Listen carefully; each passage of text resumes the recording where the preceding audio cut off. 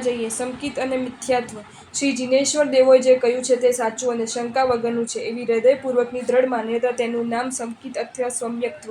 સંકિત એટલે જીન વાચનમાં અડગ શ્રદ્ધા અથવા માર્ગાનુસારી સાચી સમજ કે સાચી માન્યતા। મિથ્યાત્વ એટલે જીન વચનમાં અશ્રદ્ધા, શંકા અથવા ઊંધી સમજ કે ઊંધી માન્યતા। જે વસ્તુ જેવા સ્વરૂપે હોય તેવા જ સ્વરૂપે તેની માનવી તેનું નામ સંકિત।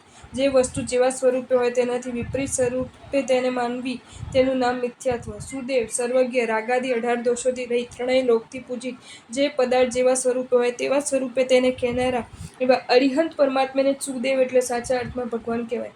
કુદેવ, ઉપર જણાવ્યું તેનાથી વિપરીત ઉલટા સ્વરૂપવાળાને કુદેવ કહેવાય એટલે ભગવાન કહેવાય નહીં। સુગુરુ, 5 મહાવ્રતોને ધારણ કરનાર, ઉપસર્ગો અને પરિસરોમાં ધૈર્ય ધારણ કરનાર, ભિક્ષા માત્રથી આજીવિકા ચલાવનારા, જીવનભરના સામયિક ચારિત્ર્યમાં રહેલા અને શુદ્ધ મોક્ષમાર્ગનો ધર્મ ઉપદેશ આપનારા ગુરુને જ સુગુરુ એટલે સાચા અર્થમાં ગુરુ કહેવાય।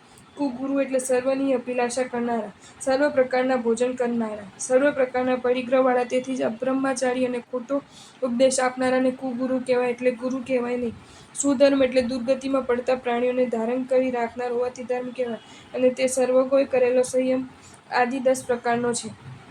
કુધર્મ એટલે મિથ્યા દ્રષ્ટિએ પ્રવર્તેલો, હિંસાદિ વડે કલુષિત થયેલો અને ધર્મ તરીકે પ્રસિદ્ધિ પામવા છતાં તે ભવ ભ્રમણનું કારણ હોવાથી કુધર્મરૂપ છે, માટે તેને ધર્મ કહેવાય નહીં।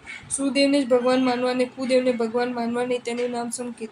સુદેવને ભગવાન માનવા નહીં અને કુદેવને ભગવાન માનવા તેનું નામ મિથ્યાત્વ। સુગુરુને જ ગુરુ માનવા અને કુગુરુને ગુરુ માનવા નહીં તેનું સંકિત। સુગુરુને ગુરુ માનવા નહીં અને કુગુરુને ગુરુ માનવા તેનું નામ મિથ્યાત્વ। સુધર્મને જ ધર્મ માનવો અને કુધર્મને ધર્મ માનવો નહીં તેનું નામ સંકિત।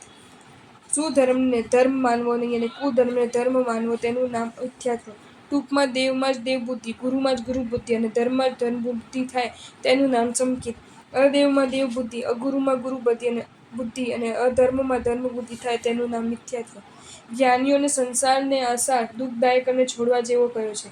જ્ઞાનીઓના વચનમાં શ્રદ્ધા રાખીને સંસાર આસાર, દુઃખદાયક અને છોડવા જેવો માનવું તેનું નામ સંકિત અને ન માનવું તેનું નામ મિથ્યાત્વ। મિથ્યાત્વ આપના આત્માને સંસારમાં રખડાવનારું છે અને દુર્ગતિના દારૂણ દુઃખો આપનારું છે।